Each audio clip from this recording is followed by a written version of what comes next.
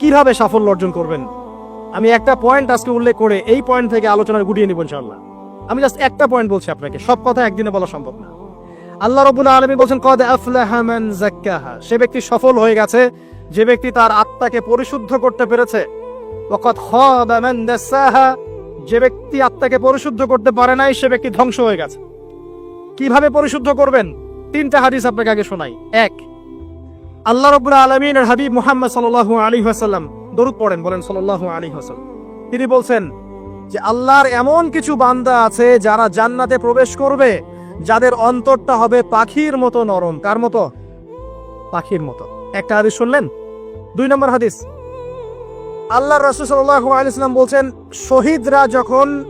শহীদদের আত্মা যখন আল্লাহর কাছে পৌঁছায়, আল্লাহ রাব্বুল আলামিন সেই আত্মাগুলোকে সবুজ রঙের কিছু পাখির মধ্যে প্রদান করেন এবং সেই পাখিগুলো আরশের নিচে লণ্ঠন আছে এখানে বসে থাকে এবং তারা জান্নাতের যে কোনো জায়গায় যায়, ঘুরে খাবার খায়, আবার ফিরে আসে।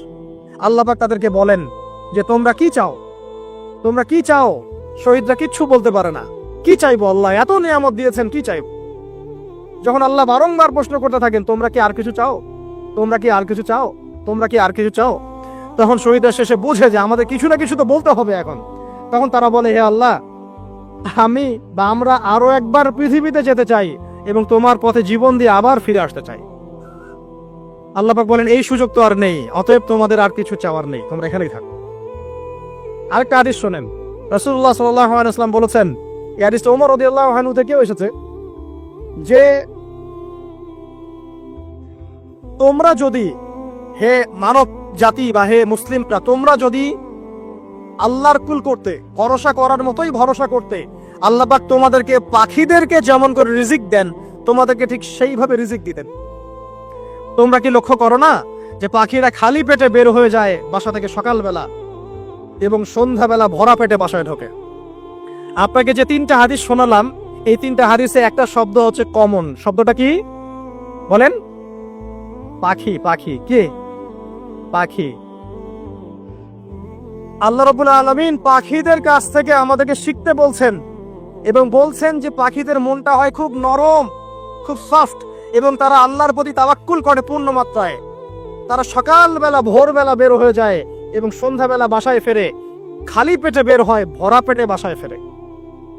এবং আল্লাহ পাক সবচেয়ে সম্মানিত মউত যেটা শহীদের মউত, সেই শহীদদের আত্মাকে আল্লাহ পাক পাখির রূপ দিবেন। তাহলে পাখিটার বিষয়ে একটা ফোকাস করা দরকার আছে না? আচ্ছা, এখানে আসেন।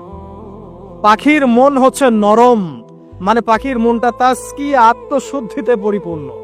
কদ আফলাহা মান যাক্কাহা, সে ব্যক্তি সফল হলো যার হৃদয়টা পবিত্র, নিষ্পাপ, নিষ্কলুষিত হলো, সে ব্যক্তি সফল হবে ইনশাআল্লাহ।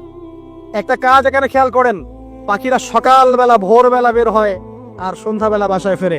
এখনকার মুসলিমদেরকে দেখবেন দুপুরবেলা ওঠে, রাত 3টায় ঘুমায়। কথা কি বুঝেন নাই? পাখির একদম ভোরবেলা উঠে যখন ফজরের আজান দিচ্ছে ঠিক তার আগ মুহূর্তে পাখির কিচিরমিচির শুনছেন, তার মানে নামাজের ওয়াক্ত প্রায় চলে যাচ্ছে, তার মানে তার আল্লাহ পাকের হুকুমের সাথেই জেগে ওঠে, সূর্য ডুবে তারা ডুবে যায়। ঠিক এরকম সুন্নত ছিল নবী সাল্লাল্লাহু আলাইহি ওয়াসাল্লামের এবং সাহাবায়ে কেরামের। আজকে 1400 বছর পর মুসলিম জাতি এই সুন্নাহ ভুলে গেছে। আর আমাদের সুন্নত দেখবেন, যদি কোনো রকম উঠেও ফেলি ফজরে, আবার 12টা পর্যন্ত ঘুম, আরো বেশি। আর এই যুব সমাজ যারা আছো তোমরা, কেউই 3টা-4টার আগে ঘুমায় বলে আমার মনে হয় না।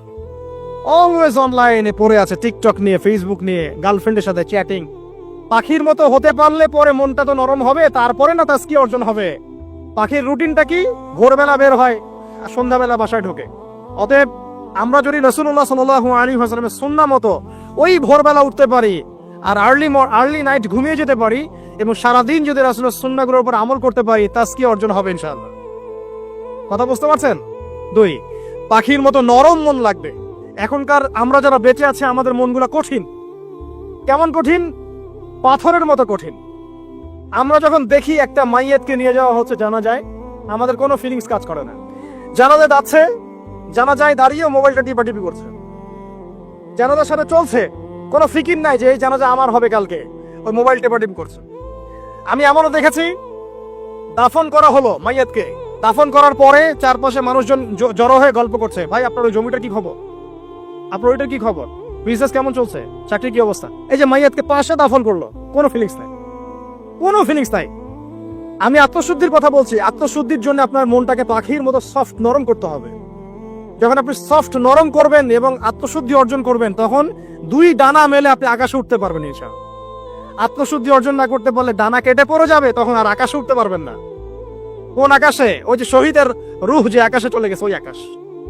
অতএব মন কেন কঠিন হলো প্রিয় ভাই? এক নাম্বার কারণ, আমরা শিরকের পাপে লিপ্ত আছি। এক নাম্বার, শিরকের পাপে লিপ্ত থাকা অবস্থায় মুসলিমদের মনটা কঠিন হয়ে গেছে। আপনি কি মনে করছেন আমরা শিরক করি না? মুসলিমরাও কবর পূজা করে, দেখবেন মুসলিমরাও দেখবেন অনেক ক্ষেত্রে মাজার পূজা করছে। আমি বলিনি যে অলিয়া উলিয়ার মাজার জিয়ারত করা যাবে না, আমি কথা বলছি না, কিন্তু আপনি মৃত মানুষের কাছে আপনার ভালো মন্দ চাইতে পারেন না। কথা বুঝতে পারেন না? আমরা অবশ্যই অলিয়া উলিয়াদের কবর জিয়ারত করব। এটা আপনাকে মৃত্যুর কথা স্মরণ করাবে। তাদের একটা রব আছে, যেটাকে আমরা প্রভাব বলি, এটা আপনার মধ্যে আসবে। আমরা অবশ্যই জিয়ারত করব। জিয়ারত করতে বলেছেন নবী সাল্লাল্লাহু আলাইহি ওয়াসাল্লাম, কারণ এটা আপনাকে পরকালের কথা কি করবে? স্মরণ করাবে। ওমরা করতে যান, আল্লাহ পাক সবাইকে তৌফিক দান করুন ওমরা হজ করার এবং বড় হজ করার, আমি দোয়া করি। ওখানে সবচেয়ে সেরা যে দৃশ্যগুলো দেখা যায়, তার মধ্যে একটা রাসূলুল্লাহ সাল্লাল্লাহু আলাইহি ওয়াসাল্লামের রওজা। ওখানে গেলে চোখের পানি ঝরে না এমন কোনো মুসলিম নাই, আছে?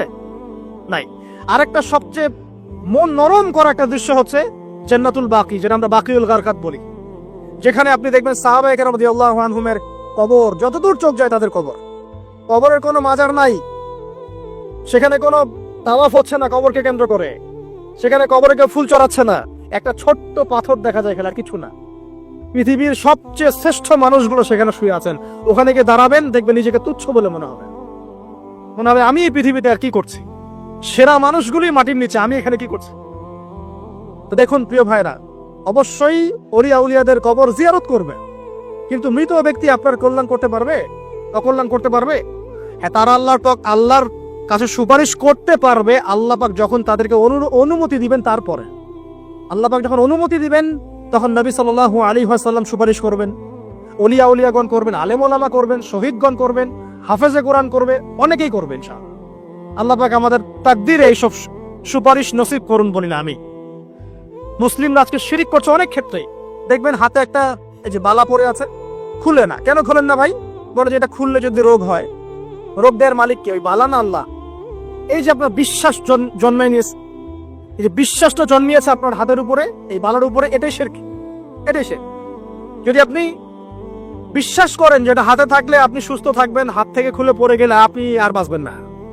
এই যে কল্যাণ অকল্যাণের মালিক আপনি কাকে করলেন? ওই বালাকে করেছেন, আল্লাহকে করেন নাই।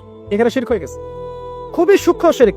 আপনি নামাজ পড়ছেন মনে করেন, এখন কিছু মানুষ আসলো, এখন দেখছেন যে হুজুরটা আমার নামাজ দেখছে, নামাজটা খুব সুন্দর করে পড়ার চেষ্টা করলেন, লম্বা নামাজ, সেজদা গিয়ে আর উঠছেন না, খুব সুন্দর নামাজ পড়ছেন।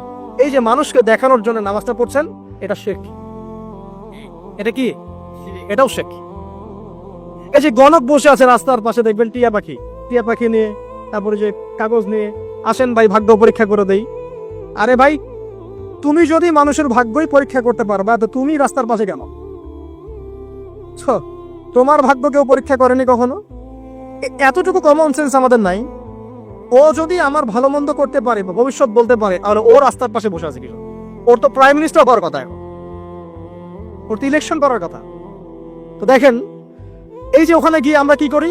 ভাই আমার হাতটা দেখে দেন, ভাই আমার অতীত বলে দেন, ভবিষ্যৎ বলে দেন, এবং এগুলো দিন দিন বাড়ছে। কিন্তু রাশিফল, কবিরাজি, গণকি, এগুলো দিন দিন বাড়ছে। এবং আমি লক্ষ্য করছি দিন দিন আরেকটা জিনিসও বাড়ছে, সেটা হলো জাদুবিদ্যার চর্চা করা। এবং গ্রামে গঞ্জে কুফুরি বাড়ছে না?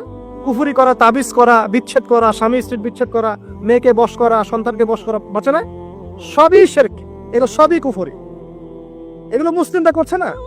মুসলিমরা এসব শিরকে লিপ্ত আছে বলেই তো অন্তর কঠিন হয়ে গেছে। ফাকাসাত কুলুবুহুম, তাদের অন্তর কঠিন হয়ে গেছে।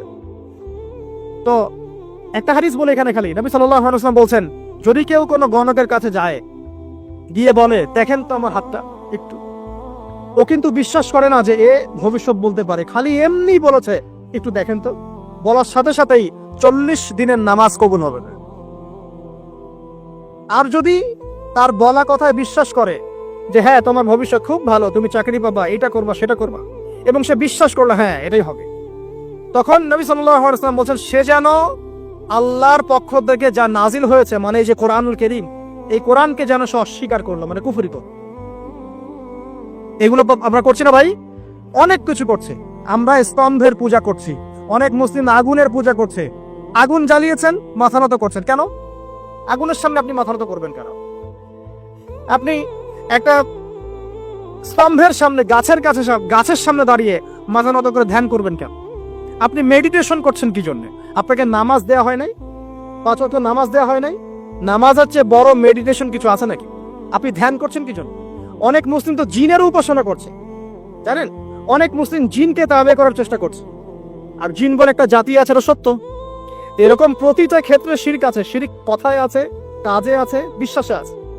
দেখবেন মুসলিমরাই আল্লাহ ছাড়া অন্য কারো কাছে দোয়া করছে, মুসলিমরা নজর মানত করছে অন্য জায়গায়। আল্লাহর জন্য নজর মানত করছে না, অন্য কাউকে সন্তুষ্ট করার জন্য করছে। সন্তান হয় না, সন্তান হয় না, এখন কি হবে? সন্তান হয় না তো অমুকের কাছে যাও, সেখানে গিয়ে বকরি জবাই দাও, সন্তান হবে। সুবহানাল্লাহ। তো এই পদ্ধতি ইব্রাহিম আলাইহিস সালামের জানা ছিল না? যে শেষ বয়সে তিনি বলছেন রব্বি হাবলি মিনাস সালিহিন। আপনি দোয়া করতে পারেন না? সন্তান হবে না কেন? আল্লাহ পাক তাকদিরে লিখে রাখলেন, অবশ্যই হবে। আর আল্লাহ পাক তাকদিরে না লিখলে কিভাবে হবে? তাকদিরে যে ব্যক্তি বিশ্বাস করে না, সে ব্যক্তি হতাশ হয়। যা কিছু হচ্ছে আমাদের জীবনে সবই তাকদির, এর বাইরে একটা মানুষও যেতে পারবে না। প্রিয় ভাইরা, কথায়, কাজে এবং চিন্তায় আমরা অনেক শিরিক করছি। শিরিকের কারণে আমাদের অন্তর কঠিন হয়ে গেছে। আরো কেন কঠিন হচ্ছে? বেদাত। আমল করছেন নবীর সুন্নত মারার জায়গায় অন্য কিছু আপনি করছেন। এমন এমন কিছু আমল করছেন যেগুলোর সাথে রাসূলের সুন্নতের কোনো সম্পর্ক নাই এবং সাহাবীদের সুন্নতেরও কোনো সম্পর্ক নেই। এই ক্ষেত্রে গিয়ে আপনি বেদাত করছেন, বেদাত করে অন্তর কঠিন হয়ে যাচ্ছে। অন্তর কঠিন হওয়ার একটা বড় কারণ হচ্ছে হারাম রিজিক। যখন আপনি হারাম রিজিকে যাচ্ছেন, সুদ, ঘুষ, আপনার দুর্নীতি, আপনার এই যে অন্যের সম্পদ আত্মহত্যা হয়ে যাচ্ছে। আমি কি বুঝাতে পারছি না? হারাম রিজিক যখন আপনার শরীরে ঢুকছে, অন্তরটা শক্ত হয়ে যাচ্ছে। একটা হাদিস যথেষ্ট। আল্লাহ রাসূল বলেছেন ইন্নাল্লাহা তাইয়্যিব লা ইকবালু ইল্লা তাইয়্যিব। আল্লাহ পাক পবিত্র সত্তা, তিনি পবিত্র ছাড়া কবুল করেন না। আপনি 10টা হজ করে আসেন, চুরির টাকা দিয়ে, ডাকাতির টাকা দিয়ে, আত্মসাতের টাকা দিয়ে, দুর্নীতির টাকা দিয়ে, যদি কবুল হয় তাহলে কোরআন সুন্নাহ মিথ্যা হয়ে যাবে। নাউযুবিল্লাহ। কথা কি বুঝতে পারছেন না? আল্লাহ রাব্বুল আলামিন বলছেন আল্লাহ পাক পবিত্র ছাড়া কবুল করেন না। হারাম রিজিক দিয়ে ইবাদত কবুল হয় না। আমরা ওই যে রংপুর অঞ্চলে একবার ওই যে হারাগাছ একটা অঞ্চল আছে না, সেখানে গিয়েছিলাম। সেখানে মাশাআল্লাহ আবার বিড়ির অনেক ফ্যাক্টরি আছে। কিসের? বিড়ি তো হালাল নাকি? তামাক তো হালাল নাকি? তো সেখানে বিড়ি ফ্যাক্টরির অনেক মালিক আছে এবং তারা মসজিদ কমিটির অনেক দায়িত্বপ্রাপ্ত আর কি। মুসলিমদের গায়রত তো এখন নাই, মুসলিমরা এদেরকে আবার মসজিদ কমিটির সদস্যও বানিয়েছে। তো এখন মসজিদ কমিটিতে এসে তার প্রভাবে ইমাম সাহেব টিকতে পারে না। দুইজন বলে নামাজের পর হাত তুলে দোয়া করতে হবে, দুইজন বলে করা যাবে না। ঠিক আছে? এই নিয়ে ক্যাচাল। এই ক্যাচাল হতে হতে দেখা গেল এক পর্যায়ে মারামারি পর্যন্ত হয়েছে। মসজিদ ভাগত হয়েছে, মারামারিও হয়েছে। তো সেখানে আমাকে দাওয়াত করেছিল যে ওয়াজ করার জন্য। তো দোয়া করার কথা বলছে। তাই আমি বললাম দোয়া করে লাভ কি? দোয়া করলেই বাকি, না করলেই বাকি, রিজিকটাই তো হারাম।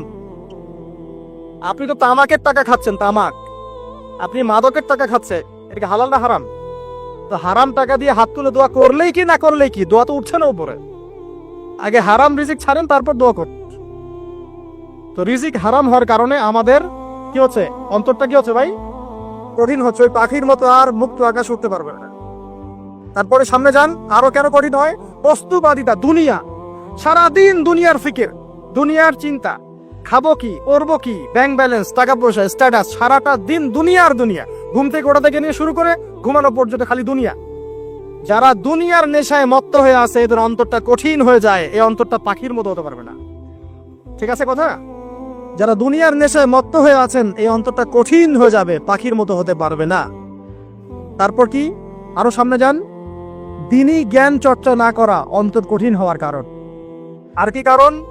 পাপ করা। পাপ যত বেশি আপনি পাপ করবেন, যত বেশি পর্ন দেখবেন, যত বেশি মাদক খাবেন, যত বেশি জুয়া খেলবেন, যত বেশি অহেতুক সময় নষ্ট করবেন, যত বেশি আপনি অন্যের ক্ষতি করবেন, ঠিক আছে, নিরপরাধ মানুষের উপর নির্যাতন করবেন, যত বেশি আপনি পাপ করবেন, পাপ, এই পাপ করতে করতে করতে মানুষের অন্তর কঠিন হয়ে যায়।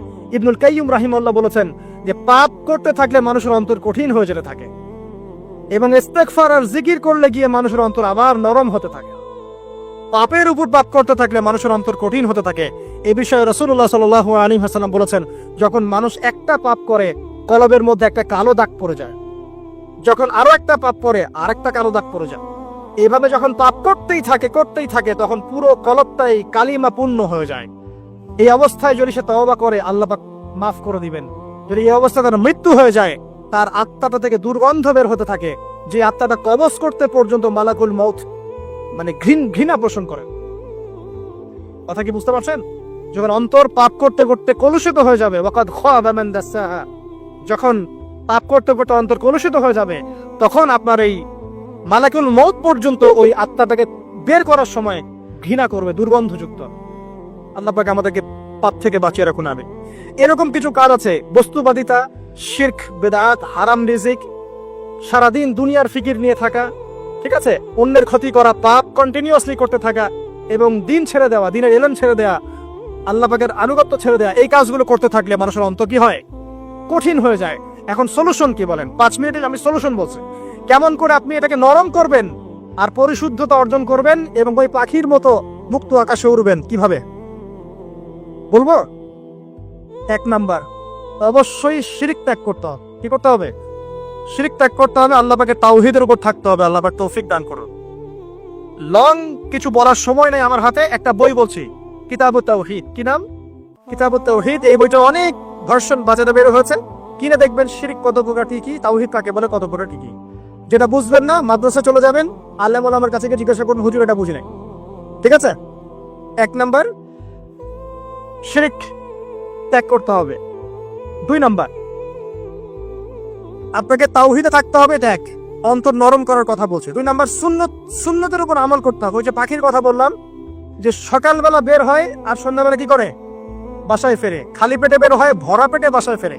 তার মানে আমাদেরকেও সকাল সন্ধ্যাটা কাটাতে হবে নবী সাল্লাল্লাহু আলাইহি ওয়াসাল্লামের সুন্নত অনুযায়ী। যখন তিনি ঘুমাতেন তখন ঘুমাবেন, যখন উঠতেন তখন উঠবে, বাকি কাজ যেমন করে করতেন তেমন করে করবে, তখন অন্তর ইনশাআল্লাহ নরম হয়ে যাবে। ঠিক আছে ভাই? 2। 3 নাম্বার, 5 ওয়াক্ত নামাজ জামাতে। নামাজ আপনাকে যে কোনো পাপ থেকে বাঁচাবে ইনশাআল্লাহ। ভাই জেনা করছেন, নামাজ পড়েন, তাও তওবা করে নামাজ পড়েন। আপনি হারাম অ্যাফেয়ার্স আছেন, হতাশ হয়েন না, নামাজ পড়েন। গুনাহ ছাড়তে পারছেন না, নামাজ পড়েন। সুদ খাচ্ছেন, নামাজ পড়েন। আপনি পতিতালয়ে গিয়েছেন, নামাজ পড়েন। বেপরদা চলছেন, তাও নামাজ পড়েন। আপনি অন্যের হক নষ্ট করেছেন, তাও নামাজ পড়েন। যে পাপই করেছেন, নামাজটা পড়েন। নামাজ আপনাকে সমস্ত পাপ থেকে বাঁচিয়ে রাখবে ইনশাআল্লাহ। ইনশাআল্লাহ আস্তে আস্তে ইনশাআল্লাহ দেখবেন সব পাপ থেকে আপনি দূরে চলে আসছেন ইনশাআল্লাহ তাআলা। 3 নাম্বার নামাজ। 4 নাম্বার, বেশি থেকে বেশি, ভাই শোনেন, বেশি থেকে বেশি পরকালের ফিকির করবেন। খালি পরকালের চিন্তা করবেন যে আমাকে মৃত্যুবরণ করতে হবে, কবরে যেতে হবে, পুলসিরাত পার হতে হবে, আল্লাহর সামনে দাঁড়াতে হবে। যত বেশি আপনি আল্লাহর ফিকির করবেন, পরকালের ফিকির করবেন, আপনার মনটা নরম হয়ে যাবে ইনশাআল্লাহ, মনটা শক্ত হবে না। 5 নাম্বার, মানুষের সাথে খুব বেশি মেলামেশা করবেন। মানুষের সাথে খুব বেশি মেলামেশা করলে ইবনুল কাইয়িম রাহিমাহুল্লাহ বলেছেন অন্তর কঠিন হয়ে যায়।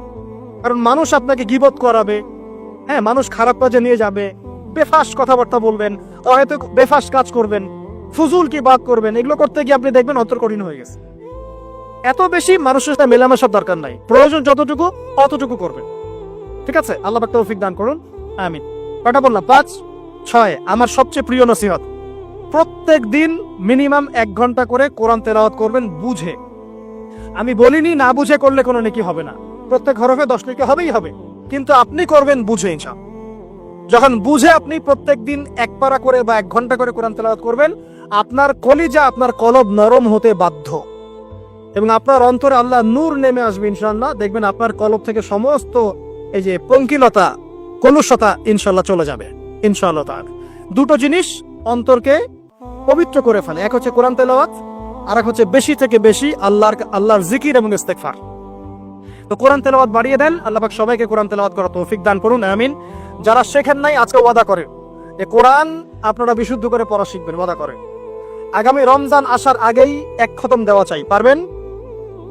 এবং কোরআনের চর্চা বাড়িয়ে দিবেন, প্রত্যেক দিন কিছু করেন না করেন কোরআন তেলাওয়াত করতে হবে। ঠিক আছে? আল্লাহ পাক তৌফিক এনায়েত করুন, আমিন। আর বুঝে পড়ার চেষ্টা করবেন। একটা সহজ তাফসীর বলে দিই, মারিফুল কোরআন বাসায় আছে না? মারিফুল কোরআন তাফসীর ইবনে কাসির বাসায় নাই? জালালাইন বাসায় নাই? বাসায় নাই, কিনেন। সারাদিন তো অনেক টাকা পয়সা খরচ করছেন, 3টা তাফসীর কিনেন, জালালাইন কিনেন, মারিফুল কোরআন কিনেন, ইবনে কাসির কিনেন, বাসায় গিয়ে পড়া শুরু করেন। পারবেন না? যে আয়াতটা বুঝবেন না, ওলামায়ে কেরামের কাছে যাবেন, গিয়ে বলবেন হুজুর এটা বুঝি না, বুঝাই দেন। নিজে নিজে ব্যাখ্যা করতে যাবেন না। ব্যাখ্যা করলে দেখবেন এক যে পণ্ডিত বেড়েছে, কিছু পণ্ডিত কোরআন পড়ে বলে কোরআনই মানি, হাদিস মানি না। এরকম পণ্ডিত দেখেন নাই? কোরআনই মানি, হাদিস আর মানি না। কারণ আল্লাহ নাকি, নাউজুবিল্লাহ, কোরআনে নাকি আল্লাহ পাক হাদিস মানতে বলে নাই, ও নাকি পায় নাই। এই জন্য দেখলাম সুবহানাল্লাহ, নামাজ পড়তেছে, কোরআন থেকে নামাজ পড়তেছে, হাদিসের কোনো হেদায়েত নিবে না। মানে কিরকম, যে হাত আবার ঠিকই বাঁধতেছে, হাত বাঁধতেছে, রুকু করতেছে, সেজদা করতেছে, এগুলো আবার কোথায় পাইলো আল্লাহ ভালো জানে। হাত এভাবে বাঁধতেছে, এভাবে হাতটা বাঁধা কোরআনে কোথায় আছে আমি পাইলাম না কোথাও। ঠিক আছে, হাদিস ছাড়া কি এগুলো আসবে? হাত বাঁধলো, সেজদায় গিয়ে সুবহান রাব্বিয়াল আলা বলছে না, বলছে আসলামতু লিরাব্বিল আলামিন। এটা কোরআন থেকে বলছে। অথচ নবী সাল্লাল্লাহু আলাইহি ওয়াসাল্লাম হাদিস থেকে বলছেন সুবহান রাব্বিয়াল আলা, সুবহুন কুদ্দুসুন রব্বুল মালাইকাতি ওয়ার রূহ, সুবহানাকাল্লাহুম্মা রাব্বানা ওয়া বিহামদিকা আল্লাহুম্মা ইগফির। এগুলো নাই, ও বলছে আসলামতু লিরাব্বিল আলামিন। মানে কোরআন মানি, হাদিস মানি না। এত বেশি পণ্ডিত হওয়ার দরকার নাই। এরা চিচড়া পাকা টাইপের পণ্ডিত। ওমর রাদিয়াল্লাহু আনহুর যুগে বেঁচে থাকলে এদেরকে পিটাই সোজা করে ফেলাইতো। ইসলামী শুরু করছে, কোরআন মানি, হাদিস মানি না। আল্লাহ পাক কোরআনে বলছে ওয়া মা আতাকুমুর রাসূলু ফাখুযু, রাসূল যা দিয়েছেন তা গ্রহণ করো। ওয়া মা নাহাকুম আনহু ফান্তাহু, রাসূল যা নিষেধ করছেন দূরে থাকো। রাসূল যা দেন সেটা হাদিস না, রাসূল যা দেন সেটা সুন্নাহ না। সুন্নাহ তো সে মানেই না, আলটিমেটলি সে কোরআনই মানে না। তো আসল কথা হচ্ছে এইসব ফিতনা থেকে বেঁচে থাকবেন, কোরআন তেলাওয়াত বাড়িয়ে দেন। কয়টা বলছি? 5টা, 6টা। 7 নাম্বার, বেশি থেকে বেশি ইস্তেগফার সারাদিন পড়বেন। আস্তাগফিরুল্লাহ ওয়া আতুবু ইলাইহি, আস্তাগফিরুল্লাহ ওয়া আতুবু ইলাইহি, আস্তাগফিরুল্লাহাল্লাযী লা ইলাহা ইল্লা হুয়াল হাইয়ুল কাইয়ুম ওয়া আতুবু ইলাইহি। প্রত্যেকদিন পড়তে হবে 100 বার করে। কতবার করে? 100 বার। 8 নাম্বার, বেশি বেশি আল্লাহর জিকির, চলতে ফিরতে জিকির। সুবহানাল্লাহ, আলহামদুলিল্লাহ, লা ইলাহা ইল্লাল্লাহ, আল্লাহু আকবার, লা হাওলা ওয়ালা কুওয়াতা ইল্লা বিল্লাহ। বলবেন হাসবুনাল্লাহু ওয়া নি'মাল ওয়াকিল। ঠিক আছে? সুবহানাকা আল্লাহুম্মা রাব্বানা ওয়া বিহামদিকা আল্লাহুম্মা ইগফিরলি, সুবহানাল্লাহি ওয়া বিহামদি আদাদা খালকি ওয়া রিদা নাফসি ওয়া জিনাতা আরশি ওয়া বিদাদা কালিমাতি। যত জিকির আছে সব করবে, জিকির বাড়াবেন। যত জিকির বাড়াবেন অন্তর পরিশুদ্ধ হবে ইনশাআল্লাহু আযজা ওয়া জাল। কয়টা বলছে? 8। আর 2টা বলি। 9, অন্যের হক নষ্ট করবেন না। অন্যের হক নষ্ট করলেই মন কঠিন হয়ে যাবে। অন্যের হক নষ্ট করবেন না, বরং মানবতার কল্যাণে কাজ করেন। যে কাজগুলো মানব সেবামূলক সেগুলো করেন। রক্তদান কর্মসূচি করেন, গাছ লাগান, এতিমের মাথায় হাত বোলান, বিধবার খোঁজ খবর নেন। ঠিক আছে, মেয়েদের সেলাই মেশিন কিনে দেন, মানুষের উপকারে কাজ করেন। দেখবেন আপনার মনটা নরম হয়ে যাবে। যার মন নরম এবং যার মনের মধ্যে সততা আছে, আল্লাহ পাক ইনশাআল্লাহ সেখানে অবশ্যই হেদায়েত ঢালবে ইনশাআল্লাহ। আর 10 নম্বর, সবচেয়ে শেষ হচ্ছে যে কবর জিয়ারত করবেন বেশি বেশি করে, এবং নিজের মৌতের কথা স্মরণ করে আল্লাহর কাছে বেশি বেশি দোয়া করবেন। কি দোয়া করবেন? ইয়া মুকাল্লিবাল কুলুব সাব্বিত কলবি আলা দীনিক, ইয়া মুসাররিফাল কুলুব সাররিফ কুলুবানা আলা তাআতিক। এই দোয়াগুলো করবেন ইনশাআল্লাহ। এবং কবর জিয়ারত করবেন সপ্তাহে সপ্তাহে, পারলে 2 দিন 3 দিন পর পর কবরস্থানে যাবেন। ইনশাআল্লাহ দেখবেন আপনার মন নরম হবে ইনশাআল্লাহ আযজা ওয়া জাল। এখনকার সভ্যতা এসে কবরস্থানকে সমাজ থেকে দূরে সরিয়ে দিয়েছে। অথচ আগে মুসলিমদের কবরস্থান ছিল মসজিদের পাশে। 5 ওয়াক্ত নামাজ পড়তো, কবর জিয়ারত করে বাসায় যেত। 5 ওয়াক্ত নামাজ পড়তে আসতো, কবরকে দেখতো, পরকালে করা স্মরণ হতো। এখন কবরস্থান ওই যে দূরে, সারা জীবনে একবার যায় কিনা সন্দেহ আছে। এই 10টা কাজ যদি আপনারা করতে পারেন ইনশাআল্লাহ তাআলা, আমাদের কলবটা ইনশাআল্লাহ নরম হবে, আত্মশুদ্ধি অর্জিত হবে। আর এগুলোর পাশাপাশি অবশ্যই আল্লাহওয়ালা, আত্মশুদ্ধিওয়ালা মানুষের সোহবতে গিয়ে থাকবে। আল্লাহওয়ালা, আত্মশুদ্ধিওয়ালা মানুষের সোহবতে গিয়ে থাকলে তাদেরকে দেখেই দেখবেন মনটা নরম হয়ে যাবে ইনশাআল্লাহ। ইলমি পরিবেশে থাকেন, দ্বীনি পরিবেশে থাকেন, আমর বিল মারুফ নাহি আনিল মুনকারে কাজ করেন। 3 দিন 7 দিন 40 দিন যতদিন পারেন আল্লাহর পথে সময় লাগান, সময় লাগান। আমি এটাকে আপনার আত্মশুদ্ধির জন্য বলছি, এটা একমাত্র পদ্ধতি আত্মশুদ্ধির, এটা বলছি না। এখানে গেলে আপনি ইনশাআল্লাহ আপনার ইসলাহ এবং সংশোধনের জন্য কাজ করতে পারবেন। আল্লাহ রাব্বুল আলামিন আমাদের সবার কলবগুলোকে পরিচ্ছন্ন করুন। আল্লাহ পাক আমাদের সবাইকে শিরকের পথ থেকে বাঁচিয়ে রাখুন, হৃদয় কঠিন হওয়া থেকে বাঁচিয়ে রাখুন। আল্লাহ পাক আমাদেরকে বেশি থেকে বেশি কোরআন তেলাওয়াত করার তৌফিক দান করুন, দ্বীনি জ্ঞান চর্চা করার তৌফিক দান করুন। আল্লাহ পাক আমাদের সবাইকে হারাম রিজিক, জেনা, সুদ, ঘুষ থেকে বাঁচিয়ে রাখুন। আল্লাহ পাক আমাদেরকে পরকালীন চেতনায় এই দুনিয়ার জীবন কাটানোর তৌফিক ইনায়াত করুন, আমিন। আমার সাথে আবার তওবা করেন যে সারা জীবন সুদ খাবো না ইনশাআল্লাহ। নবী সাল্লাল্লাহু আলাইহি ওয়াসাল্লাম 4 শ্রেণীর মানুষকে অভিশাপ করেছেন। 1 শ্রেণী যে সুদ খায়, 2 নাম্বার যে দেয়, 3 নাম্বার যে সাক্ষী থাকে, 4 নাম্বার যে লিখে রাখে। এখন আপনি বলেন এই পুরো মনিটারি সিস্টেমের মধ্যে এই 4 শ্রেণীর মানুষ আছে না? কোনো না কোনো ভাবে আমরা এর সাথে সম্পৃক্ত নই কি? সম্পৃক্ত। অতএব আল্লাহর এই বাণীকে যদি ভয় করেন, কোন বাণী? আল্লাহ পাক বলছেন ইয়া আইয়ুহাল্লাযীনা আমানু হে মুমিনগণ ইত্তাকুল্লাহ, তোমরা আল্লাহকে ভয় করো। ওয়া যারু মা বাকিয়া মিনার রিবা ইন কুনতুম মুমিনিন, তোমরা সুদের অবশিষ্ট অংশগুলো ছেড়ে দাও যদি প্রকৃতপক্ষে তোমরা মুমিন হয়ে থাকো। ওয়া ইল্লাম তাফআলু, তোমরা যদি সুদ না ছাড়ো, আল্লাহর হুঁশিয়ারি শোনেন, যদি তোমরা সুদ না ছাড়ো ফাযানু বিহারবিন মিনাল্লাহি ওয়া রাসূলিহি, আর আল্লাহ এবং তার রাসূলের সাথে যুদ্ধের ঘোষণা শুনে রাখো। আল্লাহ এবং তার রাসূলের বিপক্ষে যুদ্ধ করে কেউ জান্নাতে যাবে? কেউ কবরের আযাব থেকে বাঁচতে পারবে? কেউ হাউজে কাউসারের পানি পাবে? আল্লাহ এবং তার রাসূলের সাথে যুদ্ধ করে কেউ টিকতে পারবে? আপনার কি তাই মনে হয়? যদি মনে হয় তাহলে দিব্যি সুদ খান, কোনো সমস্যা নাই। আর যদি মনে হয় যে আল্লাহ এবং তার রাসূলের সাথে যুদ্ধ করে আমি পার পাবো না, আল্লাহ এবং তার রাসূলের বিরুদ্ধাচরণ করে আমার কবর টিকবে না, কারণ আমি একটা কথা বারবার বলি আপনাদেরকে যে আল্লাহ ছাড়া আমাদের আপন বলতে কেউ আছে? একা এসেছেন পৃথিবীতে, একাই যেতে হবে। আপনার খ্যাতি, আপনার অর্থনৈতিক খ্যাতি, অর্থের প্রতিপত্তি, আপনার ক্ষমতার দাপট, আপনার ধর্মীয় দাপট, কোনো কিছুই, ফ্যান ফলোয়ার্স, কেউ আপনার সাথে কবরে যাবে না। মনে করেন আমি আসছি, আপনারা সবাই স্লোগান দিচ্ছেন, কথার কথা, আপনারা আমাকে ভালোবাসেন, বা একজন পলিটিশিয়ান আসছে, আপনারা সবাই স্লোগান দিচ্ছেন, ভালোবাসেন তাকে। দিন শেষে ওই পলিটিশিয়ান একাই কবরে যাবে, দিন শেষে আপনিও একাই কবরে যাবেন, আমিও একাই কবরে যাব। আলটিমেটলি কি হলো? দুনিয়া এবং আখেরাতে আল্লাহ ছাড়া প্রকৃত বন্ধু আমাদের কেউ নাই, প্রকৃত মওলা কেউ নাই। সেই আল্লাহ এবং তার রাসূলের বিরুদ্ধাচরণ করে কেউ তার সাথে যুদ্ধ করে কবরে পার পাবে, এমনটা ভাবা বোকামি নয় কি? আল্লাহ পাক আমাদেরকে বোঝার তৌফিক দান করুন।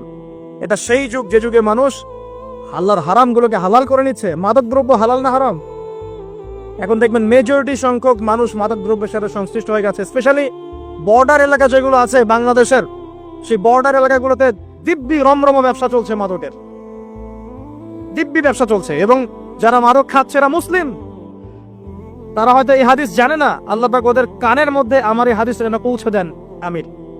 নবী সাল্লাল্লাহু আলাইহি ওয়াসাল্লাম বলেছেন, আমি মেরাজের রাতে যখন গিয়েছি তখন এক শ্রেণীর মানুষকে দেখেছি, ওদেরকে শাস্তি দেয়া হচ্ছে। কি শাস্তি? জাহান্নামীদের রক্ত এবং পুঁজ ওদেরকে খেতে দেয়া হচ্ছে। জিবরাইল আলাইহিস সালামকে জিজ্ঞাসা করা হলো যে এরা কারা? তিনি বললেন, এরা আপনার উম্মতের সেই সব ব্যক্তি যারা মাদক দ্রব্য সেবন করত।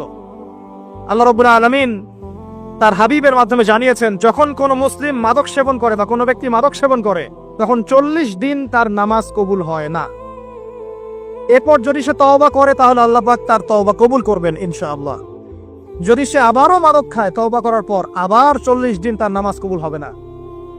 যদি সে আবার তওবা করে, আল্লাহ পাক আবার তাকে মাফ করে দিবেন। যদি সে আবারও মাদক খায়, আবার 40 দিন তার নামাজ কবুল হবে না। তারপর যদি আবার তওবা করে, আবার আল্লাহ তাকে মাফ করে দিবে। এরপরেও যদি সে আবার মাদক দ্রব্য সেবন করে, নবী সাল্লাল্লাহু আলাইহি ওয়াসাল্লাম বলছেন, তাকে আল্লাহ রাব্বুল আলামিন পরকালে মৃত্যুর পরে তিনাতুল খাবাল পান করাবেন। তিনাতুল খাবাল। জিজ্ঞাসা করা হল, ইয়া রাসূলুল্লাহ, তিনাতুল খাবাল কি জিনিস?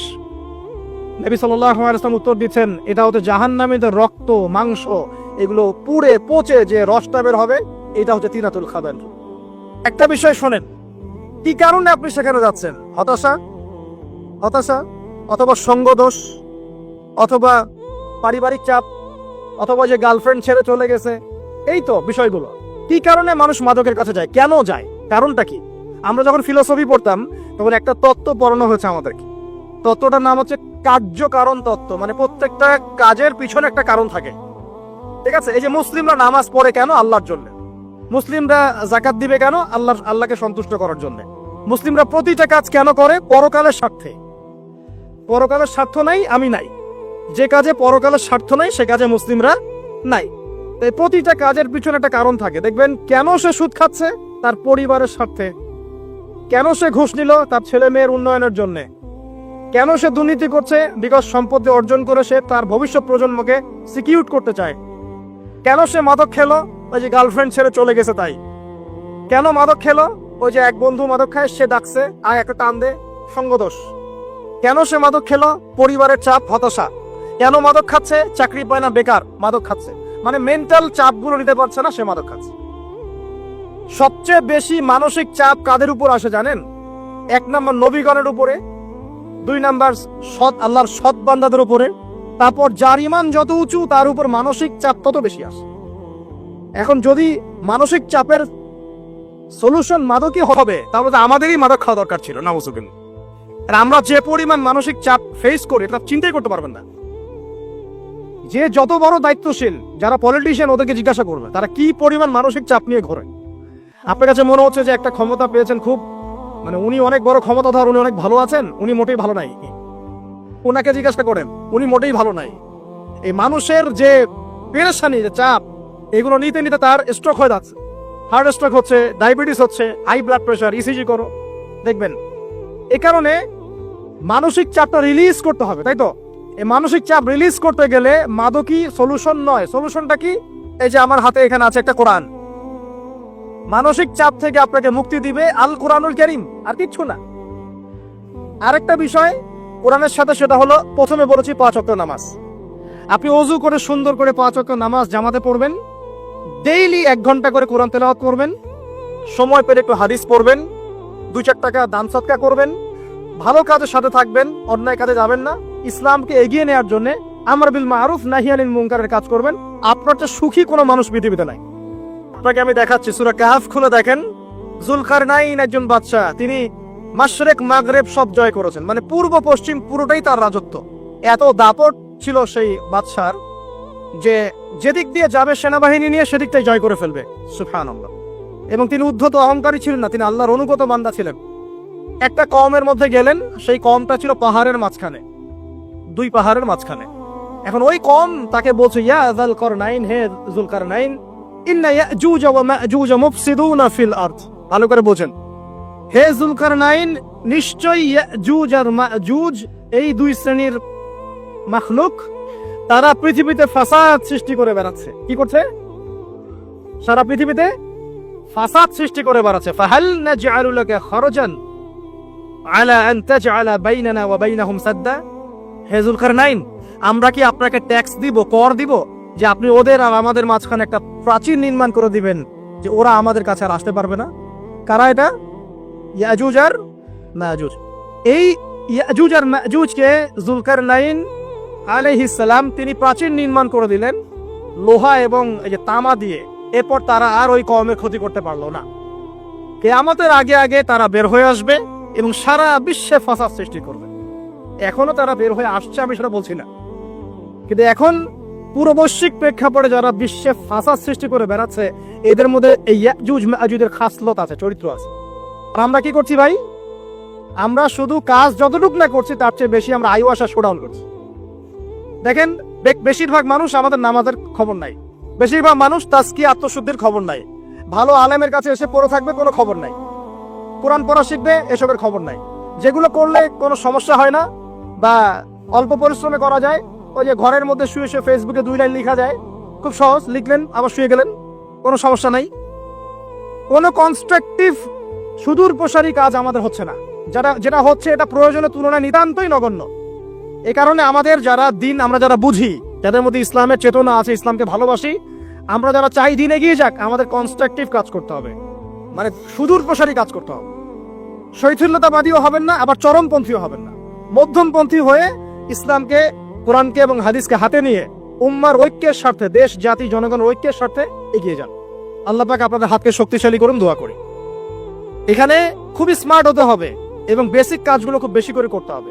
বেসিক কাজ কি ভাই?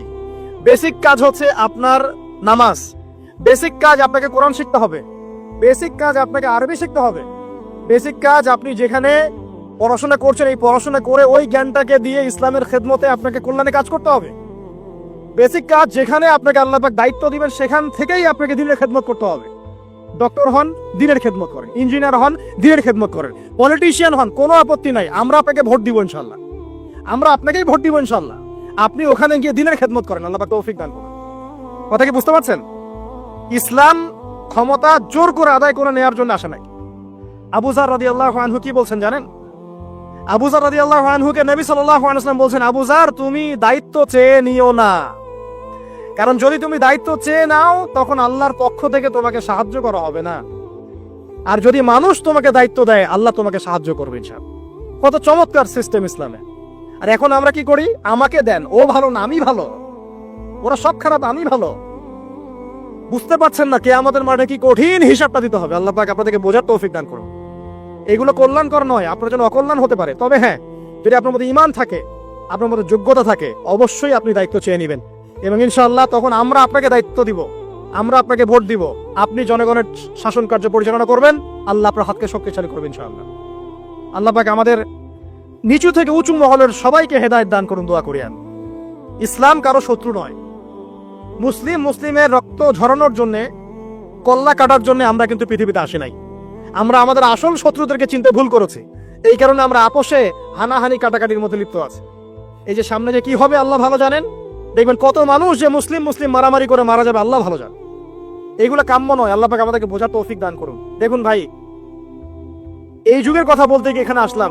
ওই যে যুলকারনাইন যে ইয়াজুজ মাজুজের কথা বললো, এখনকার বিশ্ব যারা পরিচালনা করে দেখবেন তাদের মধ্যে ওই ফাসাদ সৃষ্টি করার এই খাসলতটা থেকেই গেছে। সারা বিশ্বে এরা ফাসাদ সৃষ্টি করছে। আমি কিন্তু বলিনি এরাই ইয়াজুজ মাজুজ, কথাকে আবার অন্যদিকে নিয়ে যায় না। আমি কিন্তু এই কথা বলি নাই। আমি বলছি তাদের মধ্যে এই চরিত্র দেখা যায়। এই যুগ সেই যুগ যখন আপনি মাদককে হালাল করে নিচ্ছেন, রিবাকে হালাল করে নিচ্ছেন, বেহায়াপনাকে হালাল করে নিচ্ছেন, কাপড় খোলাকে হালাল করে নিচ্ছেন। আপনি মুসলিম হয়েও দেখবেন শিরকে লিপ্ত আছেন। সুন্নতে লেবাস আছে কিন্তু আকীদার মধ্যে বেদাত থেকে গেছে। আপনি মুসলিম হয়ে হালাল হারাম রিজিকে পরোয়া করছেন না, দ্বীনের বেসিক জিনিসগুলো শিখছেন না। আল্লাহ পাক এই যুগের ফিতনাগুলো থেকে আমাদের মুসলিমদেরকে হেফাজত করুন, আমিন। কিভাবে সাফল্য অর্জন করবেন আমি একটা পয়েন্ট আজকে উল্লেখ করে এই পয়েন্ট থেকে আলোচনা গুটিয়ে নিব ইনশাআল্লাহ। আমি জাস্ট একটা পয়েন্ট বলছি আপনাকে, সব কথা একদিনে বলা সম্ভব না। আল্লাহ রাব্বুল আলামিন বলেন ক্বাদ আফলাহা মান যাক্কাহা, সে ব্যক্তি সফল হয়ে গেছে যে ব্যক্তি তার আত্মাকে পরিশুদ্ধ করতে পেরেছে। ওয়া ক্বাদ খাবা মান দাসাহা, যে ব্যক্তি আত্মাকে পরিশুদ্ধ করতে পারে নাই সে ব্যক্তি ধ্বংস হয়ে গেছে। কিভাবে পরিশুদ্ধ করবেন? তিনটা হাদিস আপনাকে আগে শোনাই। এক, আল্লাহ রাব্বুল আলামিনের হাবিব মুহাম্মদ সাল্লাল্লাহু আলাইহি ওয়াসাল্লাম দরুদ পড়েন, বলেন সাল্লাল্লাহু আলাইহি ওয়াসাল্লাম। তিনি বলছেন যে আল্লাহর এমন কিছু বান্দা আছে যারা জান্নাতে প্রবেশ করবে যাদের অন্তরটা হবে পাখির মতো নরম। কার মতো? পাখির মতো। একটা হাদিস শুনলেন। দুই নম্বর হাদিস, আল্লাহর রাসূল সাল্লাল্লাহু আলাইহি ওয়াসাল্লাম বলছেন শহীদদের আত্মা যখন আল্লাহর কাছে পৌঁছায়, আল্লাহ রাব্বুল আলামিন সেই আত্মাগুলোকে সবুজ রঙের কিছু পাখির মধ্যে প্রদান করেন এবং সেই পাখিগুলো আরশের নিচে লণ্ঠন আছে এখানে বসে থাকে এবং তারা জান্নাতের যে কোনো জায়গায় যায়, ঘুরে খাবার খায়, আবার ফিরে আসে। আল্লাহ পাক তাদেরকে বলেন যে তোমরা কি চাও, তোমরা কি চাও? শহীদরা কিচ্ছু বলতে পারে না। কি চাইবো? আল্লাহ এত নিয়ামত দিয়েছেন, কি চাইবো? যখন আল্লাহ বারংবার প্রশ্ন করতে থাকেন তোমরা কি আর কিছু চাও, তোমরা কি আর কিছু চাও, তোমরা কি আর কিছু চাও, তখন শহীদরা শেষে বুঝে যে আমাদের কিছু না কিছু তো বলতে হবে এখন। তখন তারা বলে হে আল্লাহ, আমরা আরো একবার পৃথিবীতে যেতে চাই এবং তোমার পথে জীবন দিয়ে আবার ফিরে আসতে চাই। আল্লাহ পাক বলেন এই সুযোগ তো আর নেই, অতএব তোমাদের আর কিছু চাওয়ার নেই, তোমরা এখানেই থাকো। আরেকটা হাদিস শোনেন। রাসূলুল্লাহ সাল্লাল্লাহু আলাইহি ওয়াসাল্লাম বলেছেন, এই হাদিসটা ওমর রাদিয়াল্লাহু আনহু থেকে এসেছে, যে তোমরা যদি, হে মানব জাতি বা হে মুসলিমরা, তোমরা যদি আল্লাহর কুল করতে, ভরসা করার মতোই ভরসা করতে, আল্লাহ পাক তোমাদেরকে পাখিদেরকে যেমন করে রিজিক দেন তোমাদেরকে ঠিক সেইভাবে রিজিক দিতেন। তোমরা কি লক্ষ্য করো না যে পাখিরা খালি পেটে বের হয়ে যায় বাসা থেকে সকালবেলা এবং সন্ধ্যাবেলা ভরা পেটে বাসায় ঢোকে? আপনাকে যে তিনটা হাদিস শোনালাম, এই তিনটা হাদিসে একটা শব্দ হচ্ছে কমন। শব্দটা কি বলেন? পাখি। পাখি কে? পাখি। আল্লাহ রাব্বুল আলামিন পাখিদের কাছ থেকে আমাদেরকে শিখতে বলছেন এবং বলছেন যে পাখিদের মনটা হয় খুব নরম, খুব সফট এবং তারা আল্লাহর প্রতি তাওয়াক্কুল করে পূর্ণ মাত্রায়। তারা সকালবেলা ভোরবেলা বের হয়ে যায় এবং সন্ধ্যাবেলা বাসায় ফেরে, খালি পেটে বের হয়, ভরা পেটে বাসায় ফেরে। এবং আল্লাহ পাক সবচেয়ে সম্মানিত মৌত যেটা শহীদের মৌত, সেই শহীদের আত্মাকে আল্লাহ পাক পাখির রূপ দিবেন। তাহলে পাখিটার বিষয়ে একটা ফোকাস করার দরকার আছে না? আচ্ছা, এখানে আসেন। পাখির মন হচ্ছে নরম, মানে পাখির মনটা তাজকিয়া, আত্মশুদ্ধিতে পরিপূর্ণ। ক্বাদ আফলাহা মান যাক্কাহা, সে ব্যক্তি সফল হলো যার হৃদয়টা পবিত্র, নিষ্পাপ, নিষ্কলুষিত হলো, সে ব্যক্তি সফল হবে ইনশাআল্লাহ। একটা কাজ এখানে খেয়াল করেন, পাখিরা সকালবেলা ভোরবেলা বের হয় আর সন্ধ্যাবেলা বাসায় ফেরে। এখনকার মুসলিমদেরকে দেখবেন দুপুরবেলা ওঠে, রাত 3টায় ঘুমায়। কথা কি বুঝেন নাই? পাখির একদম ভোরবেলা উঠে যখন ফজরের আজান দিচ্ছে ঠিক তার আগ মুহূর্তে পাখির কিচিরমিচির শুনছেন, তার মানে নামাজের ওয়াক্ত প্রায় চলে যাচ্ছে। তার মানে তার আল্লাহ পাকের হুকুমের সাথেই জেগে ওঠে, সূর্য ডুবে তারা ডুবে যায়। ঠিক এরকম সুন্নত ছিল নবী সাল্লাল্লাহু আলাইহি ওয়াসাল্লামের এবং সাহাবায়ে কেরামের। আজকে 1400 বছর পর মুসলিম জাতি এই সুন্নাহ ভুলে গেছে। আর আমাদের সুন্নত দেখবেন, যদি কোনো রকম উঠেও ফেলি ফজরে, আবার 12টা বন্ধ ঘুম আরো বেশি। আর এই যুব সমাজ যারা আছো তোমরা, কেউই 3টা-4টার আগে ঘুমায় বলে আমার মনে হয় না। অলওয়েজ অনলাইনে পড়ে আছে, টিকটক নিয়ে, ফেসবুক নিয়ে, গার্লফ্রেন্ডের সাথে চ্যাটিং। পাখির মতো হতে পারলে পরে মনটা তো নরম হবে, তারপরে না তাস্কি অর্জন হবে। পাখির রুটিনটা কি? ভোরবেলা বের হয় আর সন্ধ্যাবেলা বাসায় ঢোকে। অতএব আমরা যদি রাসূলুল্লাহ সাল্লাল্লাহু আলাইহি ওয়াসাল্লামের সুন্নাহ মতো ওই ভোরবেলা উঠতে পারি আর আর্লি নাইট ঘুমিয়ে যেতে পারি এবং সারাদিন যদি রাসূলের সুন্নাহগুলোর উপর আমল করতে পারি, তাস্কি অর্জন হবে ইনশাআল্লাহ। কথা বুঝতে পারছেন? 2, পাখির মতো নরম মন লাগবে। এখনকার আমরা যারা বেঁচে আছি, আমাদের মনগুলা কঠিন। কেমন কঠিন? পাথরের মতো কঠিন। আমরা যখন দেখি একটা মাইয়াতকে নিয়ে যাওয়া হচ্ছে জানাজায়, আমাদের কোনো ফিলিংস কাজ করে না। জানাজা যাচ্ছে, জানাজায় দাঁড়িয়েও মোবাইলটা টিপাটিপি করছে। জানাজার সাথে চলছে, কোনো ফিকির নাই যে এই জানাজা আমার হবে কালকে, ও মোবাইল টিপাটিপি করছে। আমি এমনও দেখেছি, দাফন করা হলো মাইয়াতকে, দাফন করার পরে চারপাশে মানুষজন জড়ো হয়ে গল্প করছে, ভাই আপনার ওই জমিটার কি খবর, আপনার ওইটার কি খবর, বিজনেস কেমন চলছে, চাকরির কি অবস্থা। এই যে মাইয়াতকে পাশে দাফন করলো, কোনো ফিলিংস নাই, কোনো ফিলিংস নাই। আমি আত্মশুদ্ধির কথা বলছি। আত্মশুদ্ধির জন্য আপনার মনটাকে পাখির মতো সফট নরম করতে হবে। যখন আপনি সফট নরম করবেন এবং আত্মশুদ্ধি অর্জন করবেন, তখন 2 ডানা মেলে আপনি আকাশে উঠতে পারবেন ইনশাআল্লাহ। আত্মশুদ্ধি অর্জন না করতে পারলে ডানা কেটে পড়ে যাবে, তখন আর আকাশে উঠতে পারবেন না। কোন আকাশে? ওই যে শহীদের রূহ যে আকাশে চলে গেছে, ওই আকাশ। অতএব মন কেন কঠিন হলো প্রিয় ভাই? 1 নাম্বার কারণ, আমরা শিরকের পাপে লিপ্ত আছি। 1 নাম্বার, শিরকের পাপে লিপ্ত থাকা অবস্থায় মুসলিমদের মনটা কঠিন হয়ে গেছে। আপনি কি মনে করছেন আমরা শিরক করি না? মুসলিমরাও কবর পূজা করে, দেখবেন মুসলিমরাও দেখবেন অনেক ক্ষেত্রে মাজার পূজা করছে। আমি বলিনি যে অলিয়া উলিয়ার মাজার জিয়ারত করা যাবে না, আমি এই কথা বলছি না। কিন্তু আপনি মৃত মানুষের কাছে আপনার ভালো মন্দ চাইতে পারেন না। কথা বুঝতে পারেন না? আমরা অবশ্যই অলিয়া উলিয়াদের কবর জিয়ারত করব। এটা আপনাকে মৃত্যুর কথা স্মরণ করাবে। তাদের একটা রব আছে, যেটাকে আমরা প্রভাব বলি, এটা আপনার মধ্যে আসবে। আমরা অবশ্যই জিয়ারত করব। জিয়ারত করতে বলেছেন নবী সাল্লাল্লাহু আলাইহি ওয়াসাল্লাম, কারণ এটা আপনাকে পরকালের কথা কি করবে? স্মরণ করাবে। ওমরা করতে যান, আল্লাহ পাক সবাইকে তৌফিক দান করুন ওমরা হজ করার এবং বড় হজ করার। আমি দোয়া করি। ওখানে সবচেয়ে সেরা যে দৃশ্যগুলো দেখা যায়, তার মধ্যে একটা রাসূলুল্লাহ সাল্লাল্লাহু আলাইহি ওয়াসাল্লামের রওজা। ওখানে গেলে চোখের পানি ঝরে না এমন কোন মুসলিম নাই, আছে? নাই। আরেকটা সবচেয়ে মন নরম করা একটা দৃশ্য হচ্ছে জান্নাতুল বাকি, যেটা আমরা বাকিউল গারকাত বলি, যেখানে আপনি দেখবেন সাহাবায়ে কেরাম রাদিয়াল্লাহু আনহুমের কবর, যতদূর চোখ যায় তাদের কবর। কবরের কোনো মাজার নাই, সেখানে কোনো তাওয়াফ হচ্ছে না কবরকে কেন্দ্র করে, সেখানে কবরে কেউ ফুল চড়াচ্ছে না, একটা ছোট্ট পাথর দেখা যায়, খেলার কিছু না। পৃথিবীর সবচেয়ে শ্রেষ্ঠ মানুষগুলো সেখানে শুয়ে আছেন। ওখানে গিয়ে দাঁড়াবেন, দেখবেন নিজেকে তুচ্ছ বলে মনে হবে। আমি এই পৃথিবীতে আর কি করছি? সেরা মানুষগুলি মাটির নিচে, আমি এখানে কি করছি? তো দেখুন প্রিয় ভাইরা, অবশ্যই ওলিয়া উলিয়াদের কবর জিয়ারত করবে, কিন্তু মৃত ব্যক্তি আপনার কল্যাণ করতে পারবে? অকল্যাণ করতে পারবে? তারা আল্লাহর কাছে সুপারিশ করতে পারবে আল্লাহ পাক যখন তাদেরকে অনুমতি দিবেন। তারপরে আল্লাহ পাক যখন অনুমতি দিবেন, তখন নবী সাল্লাল্লাহু আলাইহি ওয়াসাল্লাম সুপারিশ করবেন, ওলিয়া উলিয়াগণ করবেন, আলেম ওলামা করবেন, শহীদগণ করবেন, হাফেজে কোরআন করবে, অনেকেই করবেন ইনশাআল্লাহ। আল্লাহ পাক আমাদের তাকদীরে এইসব সুপারিশ নসিব করুন বলি না আমি। মুসলিমরা আজকে শিরিক করছে অনেক ক্ষেত্রেই। দেখবেন হাতে একটা এই যে বালা পড়ে আছে, খুলে না। কেন খোলেন না ভাই? বলে যে এটা খুললে যদি রোগ হয়। রোগ দেওয়ার মালিক কে? ওই বালা না আল্লাহ? এই যে আপনার বিশ্বাস জন্মে নিয়েছে, এই যে বিশ্বাসটা জন্মিয়েছে আপনার হাতের উপরে, এই বালার উপরে, এটাই শিরক, এটাই শিরক। যদি আপনি বিশ্বাস করেন যে এটা হাতে থাকলে আপনি সুস্থ থাকবেন, হাত থেকে খুলে পড়ে গেলে আপনি আর বাঁচবেন না, এই যে কল্যাণ অকল্যাণের মালিক আপনি কাকে করলেন? ওই বালাকে করেছেন, আল্লাহকে করেন নাই। এখানে শিরক হয়ে গেছে, খুবই সূক্ষ্ম শিরক। আপনি নামাজ পড়ছেন মনে করেন, এখন কিছু মানুষ আসলো, এখন দেখছেন যে হুজুর তো আমার নামাজ দেখছে, নামাজটা খুব সুন্দর করে পড়ার চেষ্টা করলেন, লম্বা নামাজ, সেজদা গিয়ে আর উঠছেন না, খুব সুন্দর নামাজ পড়ছেন। এই যে মানুষকে দেখানোর জন্য নামাজটা পড়ছেন, এটা শিরক। এটা কি? এটাও শিরক। এই যে গণক বসে আছে রাস্তার পাশে, দেখবেন টিয়া পাখি নিয়ে তারপরে যে কাগজ নিয়ে আসেন ভাই ভাগ্য পরীক্ষা করে দেই। আরে ভাই, তুমি যদি মানুষের ভাগ্যই পরীক্ষা করতে পারবা তো তুমি রাস্তার পাশে কেন? তোমার ভাগ্য কেউ পরীক্ষা করেনি কখনো? এতটুকু কমন সেন্স আমাদের নাই? ও যদি আমার ভালো মন্দ করতে পারে বা ভবিষ্যৎ বলতে পারে, তাহলে ও রাস্তার পাশে বসে আছে কিছু? ওর তো প্রাইম মিনিস্টার হওয়ার কথা, ওর তো ইলেকশন করার কথা। তো দেখেন, এই যে ওখানে গিয়ে আমরা কি করি, ভাই আমার হাতটা দেখে দেন, ভাই আমার অতীত বলে দেন, ভবিষ্যৎ বলে দেন, এবং এগুলো দিন দিন বাড়ছে। কিন্তু এই রাশিফল, কবিরাজি, গণকি, এগুলো দিন দিন বাড়ছে। এবং আমি লক্ষ্য করছি দিন দিন আরেকটা জিনিসও বাড়ছে, সেটা হলো জাদুবিদ্যার চর্চা করা। এবং গ্রামে গঞ্জে কুফুরি বাড়ছে না?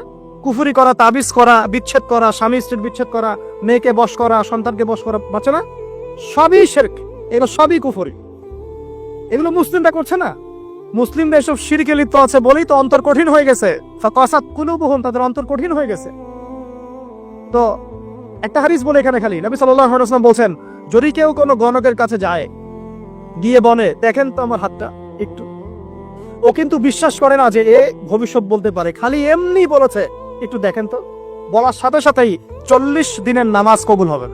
আর যদি তার বলা কথায় বিশ্বাস করে যে হ্যাঁ তোমার ভবিষ্যৎ খুব ভালো, তুমি চাকরি পাবা, এটা করবা সেটা করবা, এবং সে বিশ্বাস করলো হ্যাঁ এটাই হবে, তখন নবী সাল্লাল্লাহু আলাইহি ওয়াসাল্লাম বলছেন সে যেন আল্লাহর পক্ষ থেকে যা নাজিল হয়েছে, মানে যে কোরআনুল কারীম, এই কোরআনকে যেন সে অস্বীকার করলো, মানে কুফরি করলো।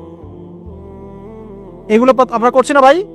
অনেক কিছু করছি আমরা। স্তম্ভের পূজা করছি, অনেক মুসলিম আগুনের পূজা করছে। আগুন জ্বালিয়েছেন, মাথা নত করছেন কেন? আগুনের সামনে আপনি মাথা নত করবেন কেন? আপনি একটা স্তম্ভের সামনে, গাছের কাছে, গাছের সামনে দাঁড়িয়ে মাথা নত করে ধ্যান করবেন কেন? আপনি মেডিটেশন করছেন কি জন্য? আপনাকে নামাজ দেওয়া হয় নাই? 5 ওয়াক্ত নামাজ দেওয়া হয় নাই? নামাজ হচ্ছে বড় মেডিটেশন কিছু আছে নাকি? আপনি ধ্যান করছেন কি জন্য? অনেক মুসলিম তো জিনের উপাসনা করছে, জানেন? অনেক মুসলিম জিনকে তাবে করার চেষ্টা করছে। আর জিন বলে একটা জাতি আছে, এটা সত্য। এরকম প্রতিটা ক্ষেত্রে শিরক আছে। শিরক কথায় আছে, কাজে আছে, বিশ্বাসে আছে। দেখবেন মুসলিমরাই আল্লাহ ছাড়া অন্য কারো কাছে দোয়া করছে, মুসলিমরা নজর মানত করছে অন্য জায়গায়, আল্লাহর জন্য নজর মানত করছে না, অন্য কাউকে সন্তুষ্ট করার জন্য করছে। সন্তান হয় না, সন্তান হয় না, এখন কি হবে? সন্তান হয় না তো অমুকের কাছে যাও, সেখানে গিয়ে বকরি জবাই দাও, সন্তান হবে। সুবহানাল্লাহ। তো এই পদ্ধতি ইব্রাহিম আলাইহিস সালামের জানা ছিল না? শেষ বয়সে তিনি বলছেন রব্বি হাবলি মিনাস সালিহিন। আপনি দোয়া করতে পারেন না? সন্তান হবে না কেন? আল্লাহ পাক তাকদিরে লিখে রাখলেন, অবশ্যই হবে। আর আল্লাহ পাক তাকদিরে না লিখলে কিভাবে হবে? তাকদিরে যে ব্যক্তি বিশ্বাস করে না সে ব্যক্তি হতাশ হয়। যা কিছু হচ্ছে আমাদের জীবনে সবই তাকদির, এর বাইরে একটা মানুষও যেতে পারবে না। প্রিয় ভাইরা, কথায়, কাজে এবং চিন্তায় আমরা অনেক শিরিক করছি। শিরিকের কারণে আমাদের অন্তর কঠিন হয়ে গেছে। আরো কেন কঠিন হচ্ছে? বেদাত। আমল করছেন নবীর সুন্নত মারার জায়গায় অন্য কিছু আপনি করছেন। এমন এমন কিছু আমল করছেন যেগুলোর সাথে রাসূলের সুন্নতের কোনো সম্পর্ক নাই এবং সাহাবীদের সুন্নতেরও কোনো সম্পর্ক নেই। এই ক্ষেত্রে গিয়ে আপনি বেদাত করছেন, বেদাত করে অন্তর কঠিন হয়ে যাচ্ছে। অন্তর কঠিন হওয়ার একটা বড় কারণ হচ্ছে হারাম রিজিক। যখন আপনি হারাম রিজিকে যাচ্ছেন, সুদ, ঘুষ, আপনার দুর্নীতি, আপনার এই যে অন্যের সম্পদ আত্মসাৎ হয়ে যাচ্ছে। আমি কি বুঝাতে পারছি না? হারাম রিজিক যখন আপনার শরীরে ঢুকছে, অন্তরটা শক্ত হয়ে যাচ্ছে। একটা হাদিস যথেষ্ট। আল্লাহ রাসূল বলেছেন ইন্নাল্লাহা তাইয়্যিব লা ইকবালু ইল্লা তাইয়্যিব। আল্লাহ পাক পবিত্র সত্তা, তিনি পবিত্র ছাড়া কবুল করেন না। আপনি 10টা হজ করে আসেন, চুরির টাকা দিয়ে, ডাকাতির টাকা দিয়ে, আত্মসাতের টাকা দিয়ে, দুর্নীতির টাকা দিয়ে, যদি কবুল হয় তাহলে কোরআন সুন্নাহ মিথ্যা হয়ে যাবে। নাউযুবিল্লাহ। কথা কি বুঝতে পারছেন না? আল্লাহ রাব্বুল আলামিন বলছেন আল্লাহ পাক পবিত্র ছাড়া কবুল করেন না। হারাম রিজিক দিয়ে ইবাদত কবুল হয় না। আমরা ওই যে রংপুর অঞ্চলে একবার ওই যে হারাগাছ একটা অঞ্চল আছে না, সেখানে গিয়েছিলাম। সেখানে মাশাআল্লাহ আবার বিড়ির অনেক ফ্যাক্টরি আছে। কিসের? বিড়ি তো হালাল নাকি? তামাক তো হালাল নাকি? তো সেখানে বিড়ি ফ্যাক্টরির অনেক মালিক আছে এবং তারা মসজিদ কমিটির অনেক দায়িত্বপ্রাপ্ত আছে। মুসলিমদের গায়রত তো এখন নাই, মুসলিম এদেরকে আবার মসজিদ কমিটির সদস্যও বানিয়েছে। তো এখন মসজিদ কমিটিতে এসে তার প্রভাবে ইমাম সাহেব টিকতে পারে না। দুইজন বলে নামাজের পর হাত তুলে দোয়া করতে হবে, দুইজন বলে করা যাবে না। ঠিক আছে? এই নিয়ে ক্যাচাল।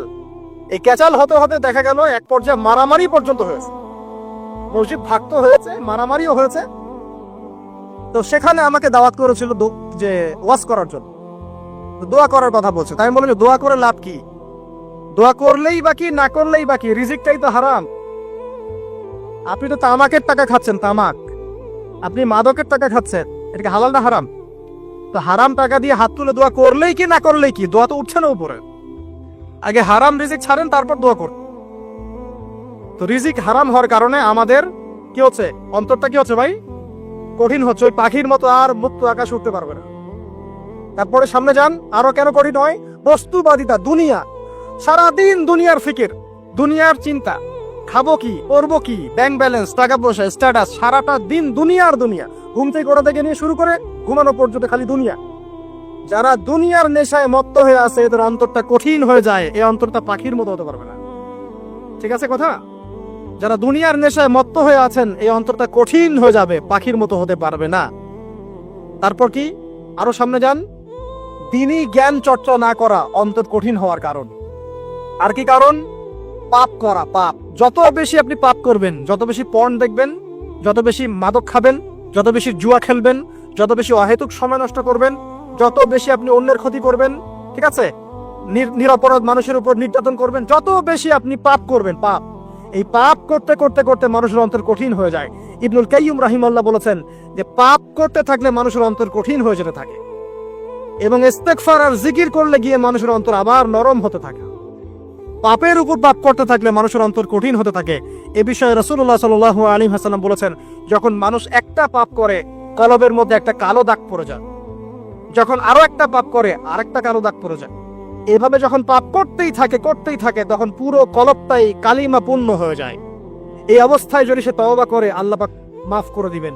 যদি এই অবস্থায় তার মৃত্যু হয়ে যায়, তার আত্মাটা থেকে দুর্গন্ধ বের হতে থাকে, যে আত্মাটা কবজ করতে পর্যন্ত মালাকুল মউত মানে ঘৃণা পোষণ করেন। কথা কি বুঝতে পারছেন?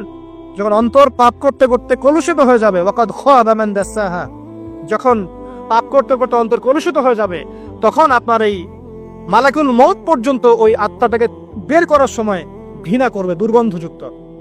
আল্লাহ পাক আমাদেরকে পাপ থেকে বাঁচিয়ে রাখুন। আমি এরকম কিছু কাজ আছে, বস্তুবাদিতা, শিরক, বেদাত, হারাম রিজিক, সারাদিন দুনিয়ার ফিকির নিয়ে থাকা, ঠিক আছে, অন্যের ক্ষতি করা, পাপ কন্টিনিউয়াসলি করতে থাকা, এবং দিন ছেড়ে দেওয়া, দিনের এলম ছেড়ে দেওয়া, আল্লাহ পাকের আনুগত্য ছেড়ে দেওয়া, এই কাজগুলো করতে থাকলে মানুষের অন্তর কি হয়, কঠিন হয়ে যায়। এখন সলিউশন কি বলেন? 5 মিনিটে আমি সলিউশন বলছি, কেমন করে আপনি এটাকে নরম করবেন আর পরিশুদ্ধতা অর্জন করবেন এবং ওই পাখির মতো মুক্ত আকাশে উড়বেন। কিভাবে বলবো? 1 নাম্বার, অবশ্যই শিরক ত্যাগ করতে হবে। কি করতে হবে? শিরক ত্যাগ করতে হবে। আল্লাহ পাকের তাওহীদের উপর থাকতে হবে। আল্লাহ পাক তৌফিক দান করুন। লং কিছু বলার সময় নেই আমার হাতে, একটা বই বলছি, কিতাবুত তাওহীদ। কি নাম? কিতাবুত তাওহীদ। এই বইটা অনেক ভার্সন বাজারে বের হয়েছে, কিনে দেখবেন শিরক কত প্রকার, কি তাওহীদ কাকে বলে, কত প্রকার কি। যেটা বুঝবেন না, মাদ্রাসা চলে যাবেন, আলেম ওলামার কাছে গিয়ে জিজ্ঞাসা করুন, হুজুর এটা বুঝি নাই। ঠিক আছে? 1 নাম্বার, শিরক ত্যাগ করতে হবে। 2 নাম্বার, আপনাকে তাওহীদে থাকতে হবে। এটা এক, অন্তর নরম করার কথা বলছি। 2 নাম্বার, সুন্নতের উপর আমল করতে হবে। ওই যে পাখির কথা বললাম, যে সকালবেলা বের হয় আর সন্ধ্যাবেলা কি করে, বাসায় ফেরে, খালি পেটে বের হয়, ভরা পেটে বাসায় ফেরে। তার মানে আমাদেরকেও সকাল সন্ধ্যাটা কাটাতে হবে নবী সাল্লাল্লাহু আলাইহি ওয়াসাল্লামের সুন্নত অনুযায়ী। যখন তিনি ঘুমাতেন তখন ঘুমাবেন, যখন উঠতেন তখন উঠবে, বাকি কাজ যেমন করে করতেন তেমন করে করবে, তখন অন্তর ইনশাআল্লাহ নরম হয়ে যাবে। ঠিক আছে ভাই? 2। 3 নাম্বার, 5 ওয়াক্ত নামাজ জামাতে। নামাজ আপনাকে যে কোনো পাপ থেকে বাঁচাবে ইনশাআল্লাহ। ভাই জেনা করছেন, নামাজ পড়েন, তাও তওবা করে নামাজ পড়েন। আপনি হারাম অ্যাফেয়ার্স আছেন, হতাশ হয়েন না, নামাজ পড়েন। গুনাহ ছাড়তে পারছেন না, নামাজ পড়েন। সুদ খাচ্ছেন, নামাজ পড়েন। আপনি পতিতালয়ে গিয়েছেন, নামাজ পড়েন। বেপরদা চলছেন, তাও নামাজ পড়েন। আপনি অন্যের হক নষ্ট করেছেন, তাও নামাজ পড়েন। যে পাপই করেছেন, নামাজটা পড়েন। নামাজ আপনাকে সমস্ত পাপ থেকে বাঁচিয়ে রাখবে ইনশাআল্লাহ। আস্তে আস্তে ইনশাআল্লাহ দেখবেন সব পাপ থেকে আপনি দূরে চলে আসছেন ইনশাআল্লাহ তাআলা।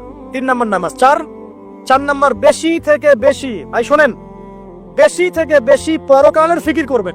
খালি পরকালের চিন্তা করবেন যে আমাকে মৃত্যুবরণ করতে হবে, কবর যেতে হবে, পুলসিরাত পার হতে হবে, আল্লাহর সামনে দাঁড়াতে হবে। যত বেশি আপনি আল্লাহর ফিকির করবেন, পরকালের ফিকির করবেন, আপনার মনটা নরম হয়ে যাবে ইনশাআল্লাহ, মনটা শক্ত হবে না। 5 নাম্বার, মানুষের সাথে খুব বেশি মেলামেশা করবেন। মানুষের সাথে খুব বেশি মেলামেশা করলে ইবনুল কাইয়্যিম রাহিমাহুল্লাহ বলেছেন অন্তর কঠিন হয়ে যাবে। কারণ মানুষ আপনাকে গীবত করাবে, হ্যাঁ, মানুষ খারাপ কাজে নিয়ে যাবে, বেফাস কথাবার্তা বলবেন, হয়তো বেফাস কাজ করবেন, ফুজুল কি বাদ করবেন, এগুলো করতে গিয়ে আপনি দেখবেন অন্তর কঠিন হয়ে গেছে। এত বেশি মানুষের সাথে মেলামেশার দরকার নাই, প্রয়োজন যতটুকু অতটুকু করবে। ঠিক আছে, আল্লাহ পাক তৌফিক দান করুন, আমিন। কয়টা বললাম? 5, 6। আমার সবচেয়ে প্রিয় নসিহত, প্রত্যেক দিন মিনিমাম 1 ঘন্টা করে কোরআন তেলাওয়াত করবেন বুঝে। আমি বলিনি না বুঝে করলে কোনো নেকি হবে না, প্রত্যেক হরফে 10 নেকি হবেই হবে, কিন্তু আপনি করবেন বুঝে ইনশাআল্লাহ। যখন বুঝে আপনি প্রত্যেক দিন 1 পারা করে বা 1 ঘন্টা করে কোরআন তেলাওয়াত করবেন, আপনার কলিজা, আপনার কলব নরম হতে বাধ্য, এবং আপনার অন্তরে আল্লাহ নূর নেমে আসবে ইনশাআল্লাহ। দেখবেন আপনার কলব থেকে সমস্ত এই যে পঙ্কিলতা, কলুষতা ইনশাআল্লাহ চলে যাবে ইনশাআল্লাহ তাআলা। দুটো জিনিস অন্তরকে পবিত্র করে ফেলে, এক হচ্ছে কোরআন তেলাওয়াত, আর এক হচ্ছে বেশি থেকে বেশি আল্লাহর জিকির এবং ইস্তেগফার। তো কোরআন তেলাওয়াত বাড়িয়ে দেন, আল্লাহ পাক সবাইকে কোরআন তেলাওয়াত করার তৌফিক দান করুন, আমিন। যারা শেখেন নাই আজকে ওয়াদা করেন যে কোরআন আপনারা বিশুদ্ধ করে পড়া শিখবেন, ওয়াদা করেন। আগামী রমজান আসার আগেই 1 খতম দেওয়া চাই, পারবেন? এবং কোরআনের চর্চা বাড়িয়ে দিবেন, প্রত্যেক দিন কিছু করেন না করেন কোরআন তেলাওয়াত করতে হবে, ঠিক আছে? আল্লাহ পাক তৌফিক এনায়েত করুন, আমিন। আর বুঝে পড়ার চেষ্টা করবেন। একটা সহজ তাফসীর বলে দেই, মারিফুল কোরআন বাসা আছে না? মারিফুল কোরআন তাফসীর ইবনে কাসির বাসায় নাই, জালালাইন বাসায় নাই, বাসায় নাই কিনেন। সারাদিন তো অনেক টাকা পয়সা খরচ করছেন, 3টা তাফসীর কিনেন, জালালাইন কিনেন, মারিফুল কোরআন কিনেন, ইবনে কাসির কিনেন, বাসায় গিয়ে পড়া শুরু করেন। পারবেন না? যে একটা বুঝবেন না, ওলামায়ে কেরামের কাছে যাবেন, গিয়ে বলবেন হুজুর এটা বুঝি নাই, বুঝাই দেন। নিজের যে ব্যাখ্যা করতে যাবেন না, ব্যাখ্যা করলে দেখবেন এক যে পণ্ডিত বেরোছে, কিছু পণ্ডিত কোরআন পড়ে বলে কোরআনই মানি হাদিস মানি না, এরকম পণ্ডিত দেখেন নাই? কোরআনই মানি হাদিস আর মানি না, কারণ আল্লাহ নাকি নাউজুবিল্লাহ কোরআনে নাকি আল্লাহ পাক হাদিস মানতে বলে নাই, ও নাকি পায় না। এই জন্য দেখলাম সুবহানাল্লাহ নামাজ পড়তেছে, কোরআন থেকে নামাজ পড়তেছে, হাদিসের কোনো হেদায়েত নিবে না। মানে কিরকম যে হাত আবার ঠিকই বাঁধতেছে, হাত বাঁধতেছে, রুকু করতেছে, সেজদা করতেছে, এগুলো আবার কোথায় পাইলো আল্লাহ ভালো জানে। হাত এভাবে বাঁধতেছে, এভাবে হাতটা বাঁধা কোরআনে কোথায় আছে আমি পাইলাম না কোথাও, ঠিক আছে? হাদিস ছাড়া কি এগুলো আসবে? হাত বাঁধ, সেজদায় গিয়ে সুবহান রাব্বিয়াল আলা বলছে না, বলছে আসলামতু লিরাব্বিল আলামিন, এটা কোরআন থেকে বলছে। অথচ নবী সাল্লাল্লাহু আলাইহি ওয়াসাল্লাম হাদিস থেকে বলছেন সুবহান রাব্বিয়াল আলা সুবহুন কুদ্দুসুন রব্বুল মালাইকাতি ওয়ার রূহ সুবহানাকাল্লাহুম্মা রাব্বানা ওয়া বিহামদিকা আল্লাহুম্মা ইগফির। এগুলো নাই, ও বলছে আসলামতু লিরাব্বিল আলামিন, মানে কোরআন মানি হাদিস মানি না।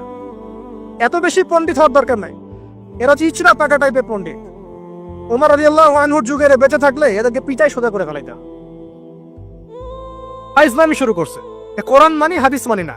আল্লাহ পাক কোরআনে বলছে ওয়ামা আতাকুমুর রাসূলু ফাখাযু, রাসূল যা দিয়েছেন তা গ্রহণ করো, ওয়ামা নাহাকুম আনহু ফান্তাহু, রাসূল যা নিষেধ করছেন দূরে থাকো।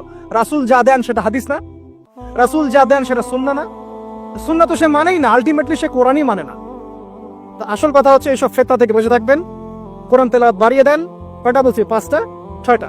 7 নাম্বার, বেশি থেকে বেশি ইস্তেগফার সারাদিন পড়বেন, আস্তাগফিরুল্লাহ ওয়া আতুবু ইলাইহি, আস্তাগফিরুল্লাহ ওয়া আতুবু ইলাইহি, আস্তাগফিরুল্লাহাল্লাযী লা ইলাহা ইল্লা হুয়াল হাইয়ুল কাইয়্যুম ওয়া আতুবু ইলাইহি। প্রত্যেকদিন পড়তে হবে 100 বার করে। কতবার করে?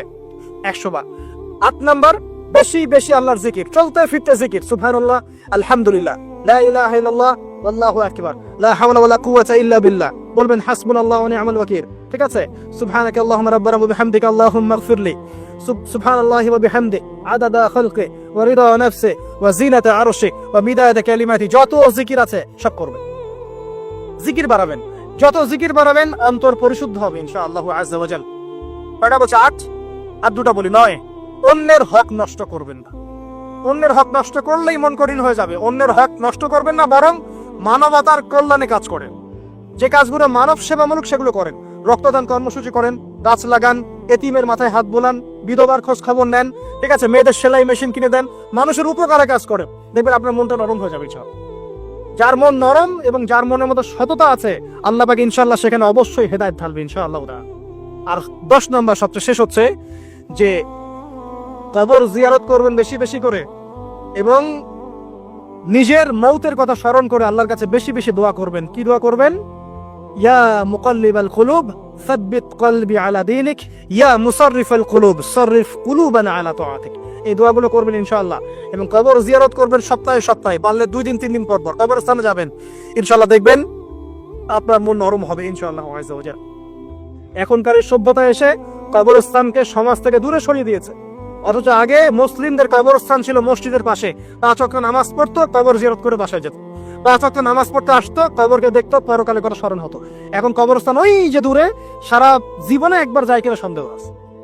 এই 10টা কাজ যদি আপনারা করতে পারেন ইনশাআল্লাহ তাআলা, আমাদের কলবটা ইনশাআল্লাহ নরম হবে, আত্মশুদ্ধি অর্জিত হবে। আর এগুলোর পাশাপাশি অবশ্যই আল্লাহওয়ালা, আত্মশুদ্ধিওয়ালা মানুষের সোহবতে গিয়ে থাকবেন।